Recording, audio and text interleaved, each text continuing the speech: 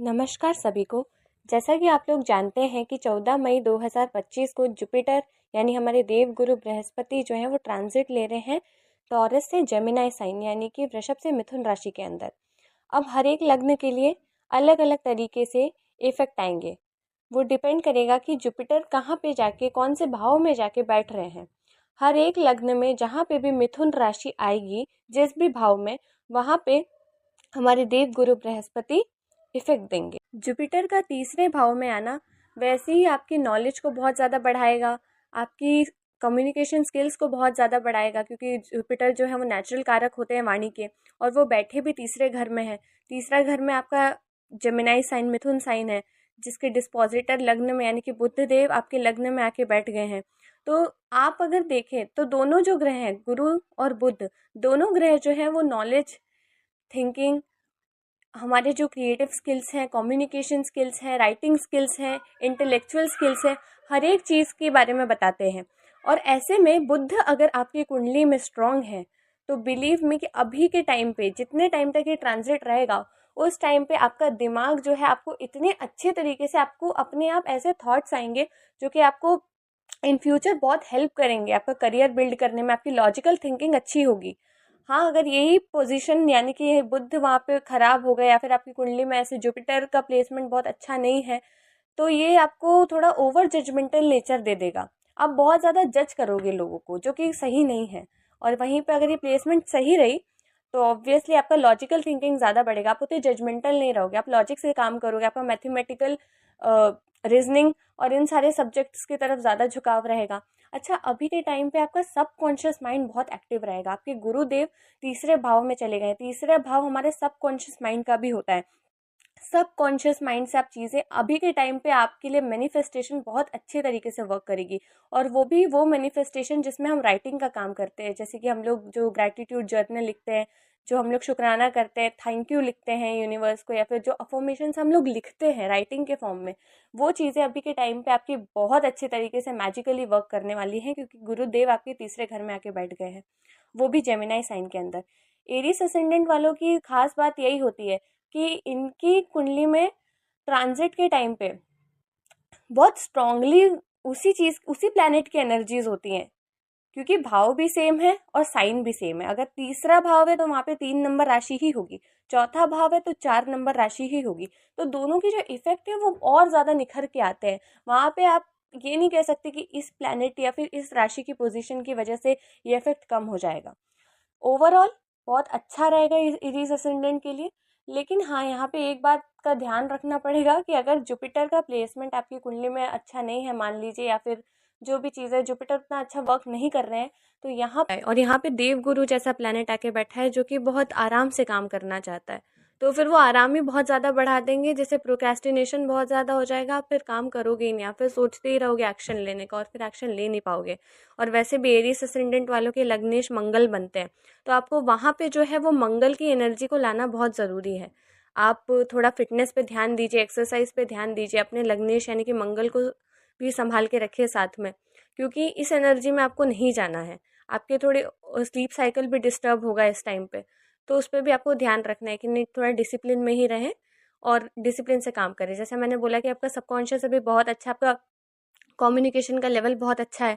अभी का टाइम जो है आपकी पढ़ाई रिलेटेड आप बहुत तरीके के कोर्सेज भी ले सकते हो जो कि आपको लॉन्ग टर्म बेनिफिट देंगे। तो ये सारी चीज़ें अभी बहुत अच्छी जाने वाली हैं, तो उस चीज़ को अच्छे के लिए ही यूज़ करें। हाँ, एक और चीज़ जो हो सकती है, थोड़ा एक वार्निंग टाइप, अभी के टाइम पे आपको नॉलेज बहुत बढ़ेगा, तो हो सकता है कि आप फिर ज्ञान देने भी लगो। तो एक अच्छे वे में नॉलेज देना अच्छी चीज़ है, लेकिन उसको बहुत ज़्यादा नहीं करना कि सामने वाले को ये लगे कि यार ये कितना ज्ञान देता है। तो हाँ, वो वाला चीज़ उसको लेके ईगो प्राइड में भी नहीं आना है। और बाकी जो है, बाकी आप साथ में अपने जुपिटर को अच्छा रखिए, बुध को अच्छा रखिए, और स्पेशली मंगल देव को अच्छा रखिए, सब कुछ बहुत अच्छा। इसके साथ ही तीसरा भाव जो है हमारे छोटे भाई बहनों का भी होता है, यानी कि हमारे छोटे सिबलिंग्स का भी होता है। तो अभी के टाइम पे आप देख सकते हो कि उनका लक बढ़ जाए, वो बहुत अच्छा करें अपनी लाइफ में, आपके नेबर्स भी बहुत अच्छा करने लगे अपनी लाइफ में। तो उनको जहाँ तक हो सके आप सपोर्ट करिए, अपने छोटे भाई बहनों की तरफ भी अपना कर्मा फुलफिल करिए। वो भी आपके लिए बहुत अच्छी रेमेडी की तरह ही काम करेगा, क्योंकि आप एज बड़े भाई उनकी हेल्प करोगे। छोटे भाई बहन में आपके कज़न्स भी आते हैं, तो आपके कज़न्स का भी सेम रोल ही रहेगा। ऐसा नहीं है कि सिर्फ आपके छोटे भाई बहन, आपके कज़न्स के साथ भी आपका बॉन्डिंग, उनकी उनको जितना हो सके आप नॉलेज, उनको जितना हो सके आप पढ़ाएं तो बहुत अच्छा है। और वो भी अपनी लाइफ में बहुत अच्छा करने लगेंगे अभी इस पीरियड ऑफ टाइम में। तो ये एक बहुत अच्छी प्लेसमेंट है यहाँ पे।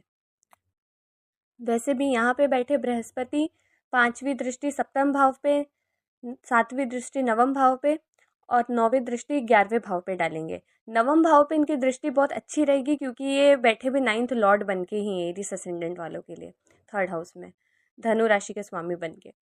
तो हाँ, 9th हाउस से रिलेटेड चीज़ों में भी आप बहुत वृद्धि देखोगे, यानी कि रिलीजन की तरफ अपना ध्यान, अपनी रुचि आप देखोगे कि आप ऑकल्ट साइंसेस के लिए भी बहुत अच्छा टाइम है। हो सकता है आपका एस्ट्रोलॉजी में भी इंटरेस्ट बहुत ज़्यादा इस टाइम पे बढ़ने लगे।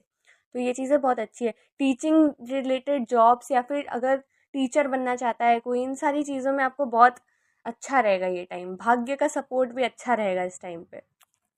अगर आप फादर से रिलेटेड चीज़ों के लिए परेशान हैं, यानी कि उनकी हेल्थ को लेके परेशान है या फिर कोई भी चीज़ है, तो उस चीज़ में भी आप इम्प्रूवमेंट देखेंगे। बस शर्त यही है कि आपका जुपिटर सही होना चाहिए। अभी के टाइम पे आपका रिलीजियस ट्रैवल भी बहुत अच्छा रहेगा आपके लिए, यानी कि आप किसी भी ऐसी जगहों पे जाएँ, आप किसी भी धाम जा सकते हैं, अपने आस-पास की जगहों में भी जा सकते हैं। ऐसा नहीं है कि कोई बहुत दूर ही जाना है। लेकिन हाँ, कुछ ना कुछ ट्रैवल ज़रूर करें, किसी न किसी रिलीजियस प्लेस पे। और हाँ, अभी घर में थोड़ी आइसोलेशन की टेंडेंसीज़ भी बढ़ सकती हैं। तो कोशिश करें कि जितना हो सके थोड़ा बाहर निकल के, थोड़ा एनवायरनमेंट के साथ जेल अप करके, एज़ वो आपका बुद्ध अच्छा रखेगा। थोड़ा नेचर के साथ भी इंडल्ज रहें, अपने दोस्तों के साथ भी बातचीत करते रहें रेगुलर बेसिस पे, थोड़ा बाहर जाके, एकदम घर में भी पैक ना हो जाएँ। क्योंकि हो सकता है कि अभी कुछ भी रिलेटेड हो ऑनलाइन कोर्स की वजह से या फिर घर में बैठे-बैठे काम करने की वजह से आप बहुत ज़्यादा घर में ही पैक रहो। तो हाँ, एकदम उस एनर्जी में भी आपको नहीं जाना है, वहाँ पे भी थोड़ा बैलेंस रखना है। इसके अलावा अपने लग्नेश यानी कि अपने मंगल देव को बिल्कुल अच्छा रखिए। हनुमान चालीसा का पाठ कर सकते हैं रेगुलरली। अपने फिटनेस पे ध्यान दीजिए और जहाँ तक हो सके थोड़ा मार्स की एनर्जी भी 3rd हाउस में लेकर आइए, क्योंकि नेचुरली कारक मार्स ही बनते हैं वहाँ के।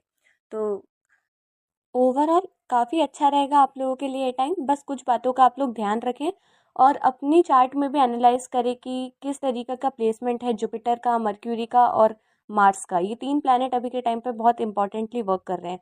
तो अगर इनका प्लेसमेंट जो है उतना सही नहीं है तो इन पे वर्क करिए, इन्हें सही करने की तरफ ध्यान दीजिए। अगर किसी भी टाइप का क्वेश्चन या फिर क्वेरी है तो आप बिल्कुल कमेंट सेक्शन में पूछ सकते हैं। और इसके अलावा अगर वीडियो पसंद आया हो तो लाइक करिए, चैनल को सब्सक्राइब करिए और हमारे साथ बने रहिए। हम लोग आगे और भी इस सीरीज़ को कंटिन्यू रखने वाले हैं। राधे राधे।